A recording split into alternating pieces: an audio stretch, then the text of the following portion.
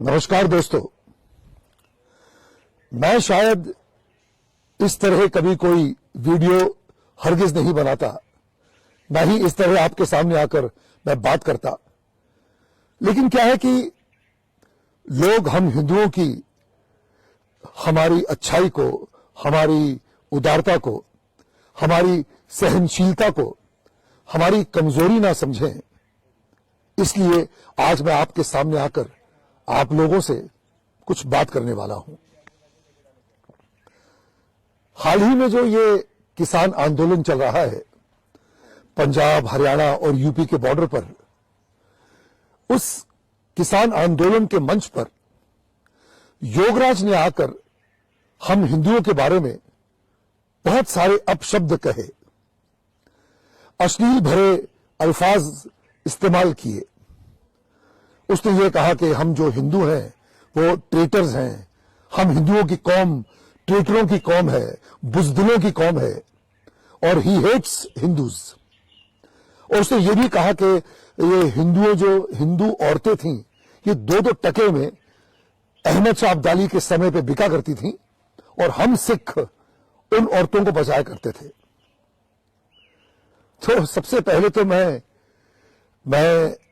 ये बात करना चाहता हूं कि किसान आंदोलन में ये हिंदू और सिखों के बीच ये दरार डालने का जहर ये कहां से आया। और मैं योगराज से ये पूछना चाहता हूं कि क्या सिर्फ पंजाब में ही किसान हैं? हां, खेती बाड़ी क्या सिर्फ पंजाब में ही होती है, पूरे हिंदुस्तान में नहीं होती? अरे भाई, गेट योर फैक्ट्स राइट। इस आंदोलन में हरियाणा के किसान भी मौजूद हैं, यूपी के भी किसान मौजूद हैं।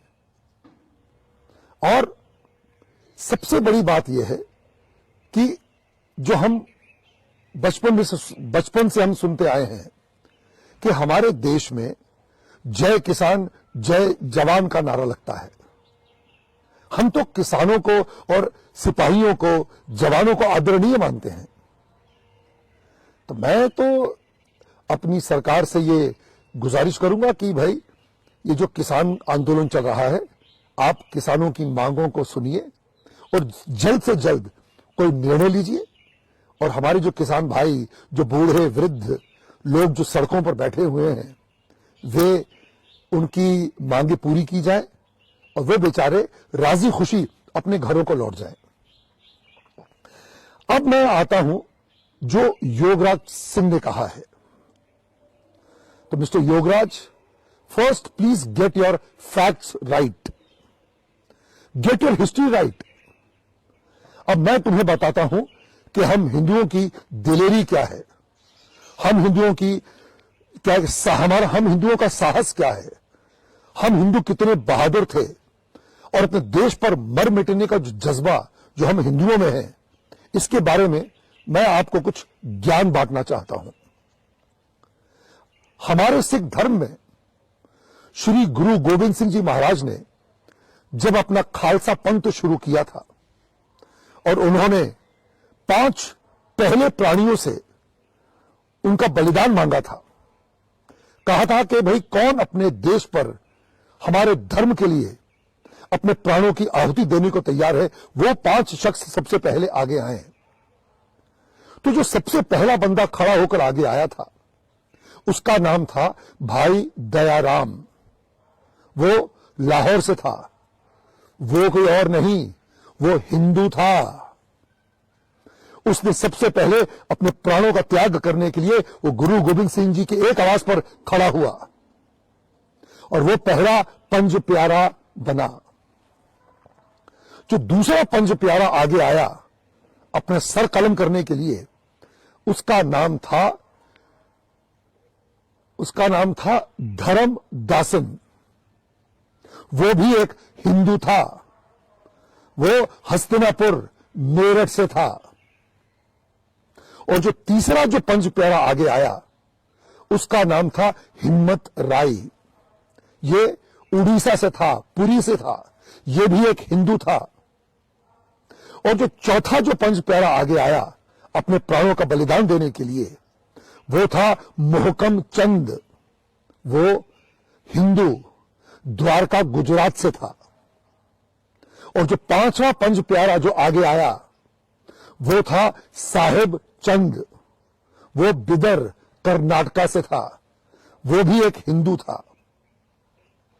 And for your kind information, जो पहला पंज प्यारा था भाई दयाराम, वो भंगानी के युद्ध में गुरु गोविंद सिंह जी के लिए लड़ते हुए शहीद हुआ था और जो दूसरा पंज प्यारा था वो नांदेड़ के युद्ध में गुरु गोविंद सिंह जी महाराज के लिए अपने उसने प्राणों की उसने आहुति दी थी। और जो तीसरा चौथा और पांचवा पंज प्यारा था ये चमकौर के युद्ध में गुरु गोविंद सिंह जी की खातिर, उनकी जान बचाने की खातिर उनके दो पुत्रों के साथ शहादत उन्होंने प्राप्त की थी। कहने का मतलब यह है कि तुम कह क्या रहे हो कि हिंदू कावड़्स हैं, हिंदू ट्रेटर्स हैं। ये पांच प्यारे थे, पंज प्यारे, जिन्होंने गुरु गोविंद सिंह जी महाराज को छठा खालसा बनाया था। सो कभी भी हिंदुओं की दिलेरी, उनके साहस, उनके आत्मविश्वास पर कभी सवाल मत उठाना। कहने का मतलब यह है कि गुरु महाराज के जो पंज प्यारे थे वे पांचों हिंदू थे, दलेर थे, साहसी थे और वे गुरु महाराज की आज्ञा पर अपने प्राणों को न्यौछावर करने के लिए तैयार हुए थे। इसलिए कभी हिंदुओं की बहादुरी, उनकी सहनशीलता, उनके आत्म बलिदान पर कभी सवाल मत उठाना। अब आता हूं मैं बंदा बहादुर पर।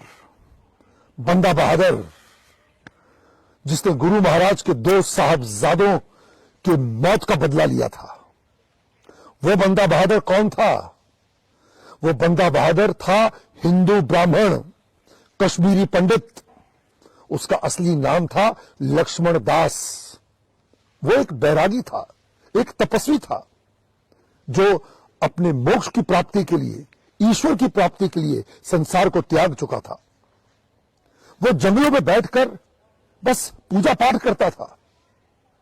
जब उसकी गुरु गोविंद सिंह जी महाराज से भेंट हुई और जब गुरु गोविंद सिंह जी महाराज ने उससे कहा कि आप अपने मोक्ष की प्राप्ति में लगे हुए हैं, लेकिन हमारा जो पूरा जो हिंदू समाज है, जो पीड़ित है, जो मुगलों के अत्याचार से त्रस्त है, उनका क्या, उनके उद्धार का क्या? तो स्वामी लक्ष्मणदास, उन्होंने अपना संन्यास त्यागा और वे गुरु महाराज के बंदा बने। और उसके बाद जो उन्होंने मुगलों का हाल किया, जो पूरे पंजाब में उन्होंने लड़ते लड़ते वो सरहंद पहुंचे और गुरु महाराज के दो साहबजादे फतेह सिंह और जोरावर सिंह, जिन्हें दीवारों में जिंदा चुनवा दिया गया था, उनके मौत का उन्होंने बदला लिया। सरहंद की उन्होंने ईंट से ईंट बजा दी। वो कौन थे? वो भी हिंदू थे। उन्हें भी किसी हिंदू शेरनी माता ने ही जन्म दिया था। इसलिए कभी भी हिंदू कावड़्स हैं, हिंदू ट्रेटर्स हैं, ये बोलने की बात बिल्कुल मत करना। और तुम्हें पता है बंदा बहादुर की मृत्यु कैसे हुई थी? जब उन्हें पकड़कर दिल्ली ले जाया गया और उन्हें कहा गया कि तुम इस्लाम धर्म को कबूल करो, तो उन्होंने मना किया। उसके इनकार करने पर उनके बेटे का कलेजा उनके छाती से निकालकर उनके मुंह में ठूसा गया। फिर भी उन्होंने शहादत स्वीकार की, उन्होंने मरना स्वीकार किया, लेकिन अपना धर्म परिवर्तन नहीं किया।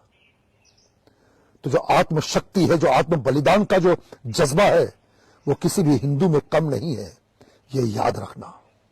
अब तुम एक और हिंदू का नाम सुनो। नाम है दीवान टोडर मल। ये एक हिंदू क्षत्रिय थे। जब गुरु महाराज के दो साहबजादों को दीवारों में जिंदा चुलवाया गया, तब उनकी माताश्री ने अपने प्राण त्याग दिए। तो मुगलों ने गुरु गोविंद सिंह जी की माताजी और उनके दो साहबजादों की, जो बेचारे वीर गति को प्राप्त हो चुके थे, उनके दाह संस्कार के लिए लोगों को जगह नहीं दी, जमीन नहीं दी। तब दीवान तोडरमल आगे आए और उन्होंने उन तीनों का दाह संस्कार करने के लिए जमीन उन मुगलों से खरीदी। और जानते हो क्या देकर खरीदी?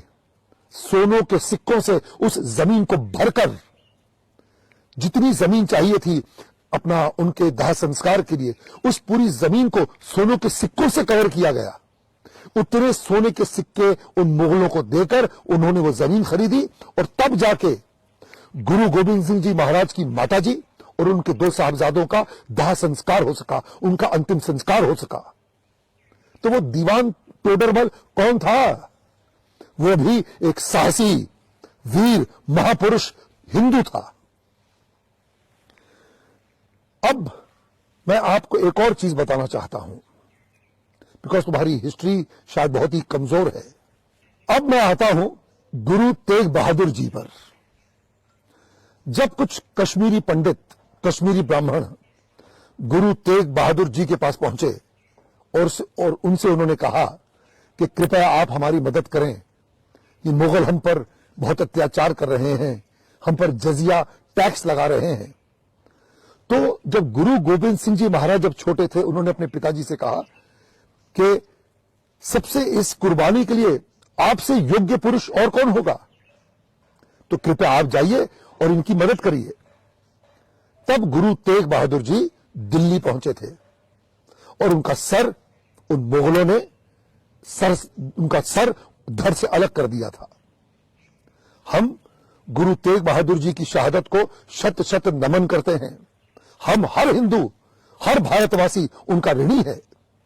लेकिन मैं मिस्टर योगराज तुम्हें यह बताना चाहता हूं कि गुरु तेग बहादुर जी के साथ उनके 3 सेवादार जो उनके साथ गए थे, भाई मतीदास, भाई सतीदास और भाई दयाला, ये तीनों कौन थे?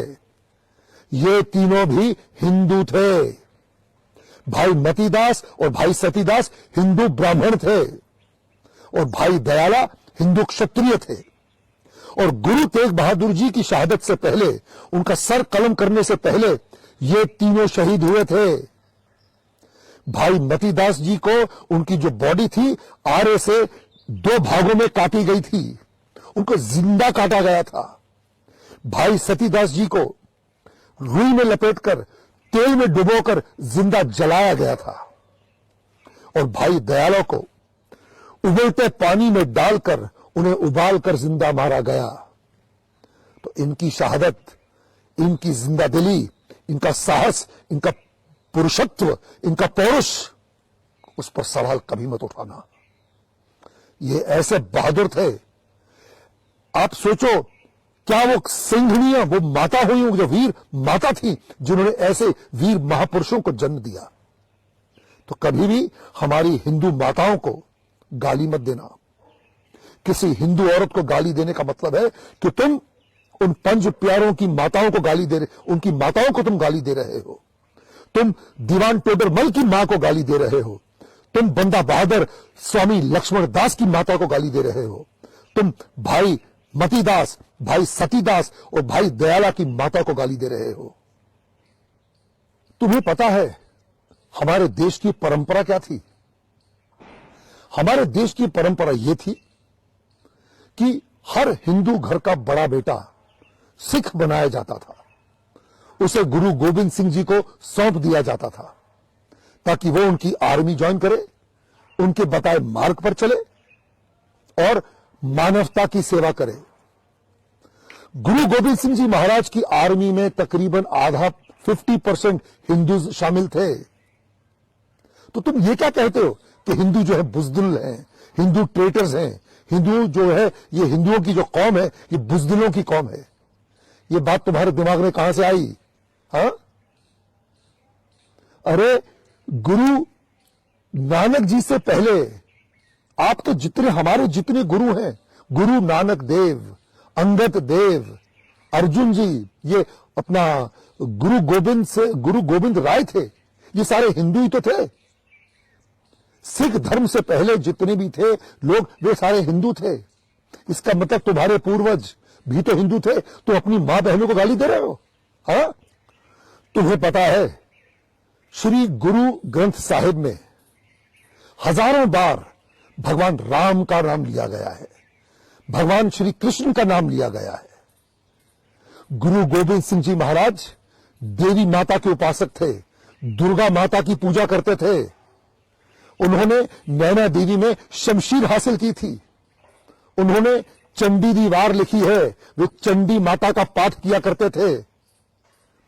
गुरु गोविंद सिंह जी महाराज का नारा था, दे शिवा वर मोहे एहे, शुभ कर्मन तो कबहू ना टरो। तो ये क्या मतलब है इसका कि हे शिवा मुझे ऐसा वर दे कि मैं शुभ कर्म से कभी पीछे ना हटूं। तो जो देश शिवा कौन था, वो हर हर महादेव की बात कर रहे हैं। तो आप जो क्या ये डिवाइड डालना चाहते हो, ये क्या हिंदू और सिखों के बीच आप ये दरार डालने की कोशिश कर रहे हो? हाँ, जवाब दो। अब मैं तुम्हें हमारी सिख हिस्ट्री में जो ब्राह्मण वॉरियर्स हुए हैं, जो ब्राह्मण योद्धा हुए हैं, उनके कुछ नाम गिनाना चाहता हूं। एक नाम है खालसा पंथ के जो जनरल हुए हैं, जो खालसा पंथ के जो वीर योद्धा जो जनरल थे, उनका नाम था पंडित सिंघा सिंह पुरोहित।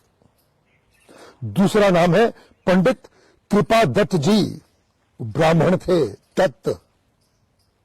हाथ में भाला, पीठ पे फरसा और कमर कस में शमशीर, ये था उनका जलवा।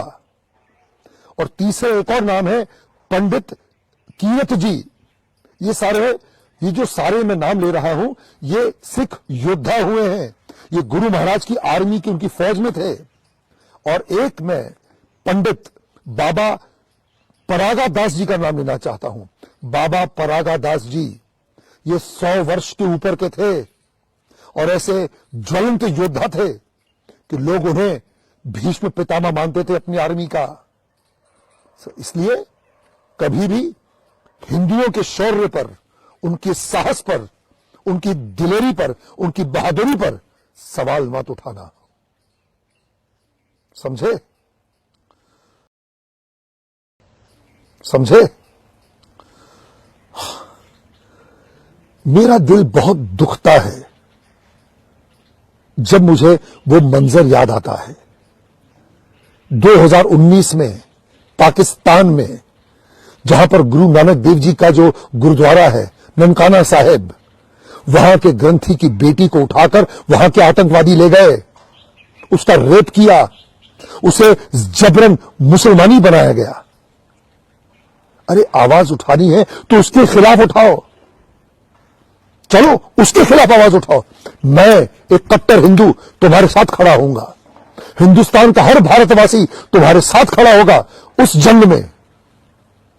हमें वहां के सिखों का सोचना है कि जो हमारी मां बहनों के साथ जो अत्याचार होता है वो ना हो।